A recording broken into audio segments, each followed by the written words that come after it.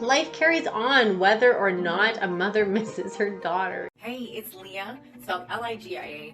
I don't mean to interrupt this video. I had to share my new book has come out, Living with Dirty Glasses. It's available on Kindle right now. If you are wanting to go deeper, I have a free downloadable workbook to go with it. Some tips and tricks and quotes. Like for example, by being yourself, put something wonderful into the world that was not there before. I put these in there because they're just handy to have around as reminders of who we want to be and the kind of thinking that we want to have. Thanks so much. Enjoy the video. Mama, please, just one more time. I read the Alami part. She directs me as I turn the first page of a well-worn, very hungry caterpillar book we've read for the 4th time in a row. Her very favorite part is when the caterpillar has been on a binge session and eats everything and anything in sight. Can you relate? I know I've had those days where I feel like a bottomless pit that leaves you feeling bloated with a huge tummy ache, regretting every bite after the first. I can't help but think of those times now. She's traded dolls and crafts for sparkly dresses and delicate white feather earrings. Downtime for waiting tables, free spending to saving every penny to trade in for that car and freedom. I started my career in motherhood at a very early age, trading parties for baby showers, vodka for mango juice, and cigarettes for diapers. I love being a mom. Dressing up my daughter, playing with a variety of elastics to primp up and keep her hair tidy and out of her face. We baked, made crafts together of inventions that would be so cool to create. A compact swimsuit comes to mind. One of my favorite memories was playing Mermaids in Grandma's pool, her hanging onto my shoulders as we dove down into the swimming pool from one side down to the other, trying to make it in one breath. She was always asking me to make a deal when presented with 2 options. She'd give you the 3rd, or when I told her to stop smearing Nutella all over her hand and licking it for the umpteenth time. Didn't I tell you not to do that, love? I'd ask, half annoyed, yet a little amused.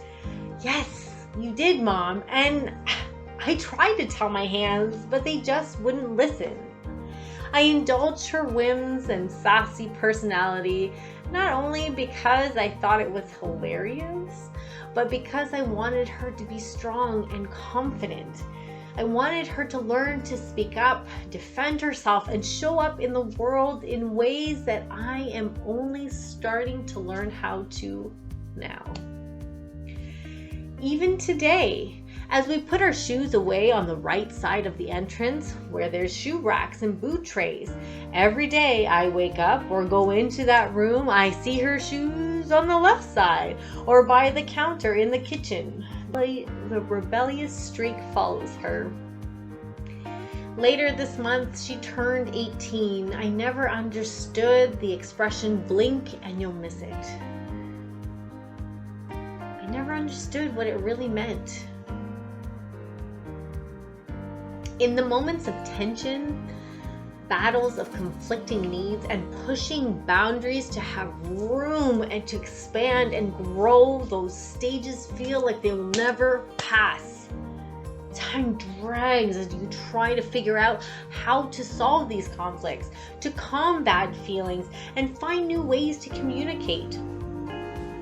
With all these rapid changes of the emerging adult, not quite old enough, not quite young enough. We raised her to be independent and strong, to be bold and focused in her efforts, be responsible and reliable. And now I'm faced with letting her go and do it. No one told me how much I'd miss her. No one told me what to expect. No one told me the deep hollowness mixed with pure joy and pride of this time. No one told me how to navigate any of this. No one told me how much my heart would ache for those long days she curled up on my lap when she had a tummy ache. No one told me it would feel like becoming a mother for the first time all over again. A world of new emotions, feelings of loss and accomplishment. The transition is both terrifying yet so gratifying. You hear these stories over time. You see quotes, people warn you, but much like those first few months as a new mother, you truly don't know what to expect or how it will play out until you're right in it. Just the other day, my 6-year-old was just starting back to school after being home for the past 18 months of the pandemic. This morning he woke up angry and crying. Everything was bothering him. The lighting was too bright, the breakfast was too cold, the orange was too sour, the socks were too tight, the sweater's not on right. Getting him out the door was a challenge. It took me a long time to understand that when we feel bad, we act bad. I sat with him and just held him until the storm passed, enough to get ready without the drama. His little body was tight and rigid, slowly melting into my heart. Later that night, after stories and a cuddle, he told me that at school he was really sad. He was trying to hide his sad face. Why were you sad? I missed you. I wanted to come home. I was making me mad so they didn't see my sad face. Why is it we protect ourselves with anger?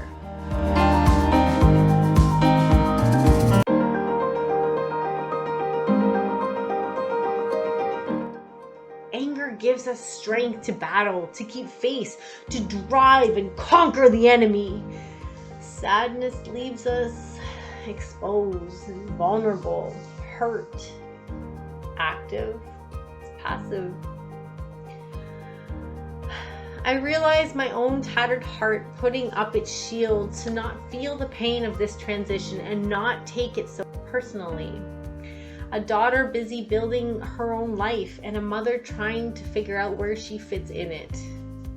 Between work, school, boyfriends, friends, there's little time left. My interactions have been less than friendly at times, avoidant and grounded in anger, and literally looking for what's wrong to try and channel this wave of emotions that's bubbling up as she shares her plans. I find myself needing to practice patience, dive into my work, and take more time for self-care in meditations, writing exercise, and the release and calm of starting yoga again. As my mind races and feels surges of emotions, yoga reminds me to breathe, to nourish the body with a healing inhale, and release what doesn't serve me.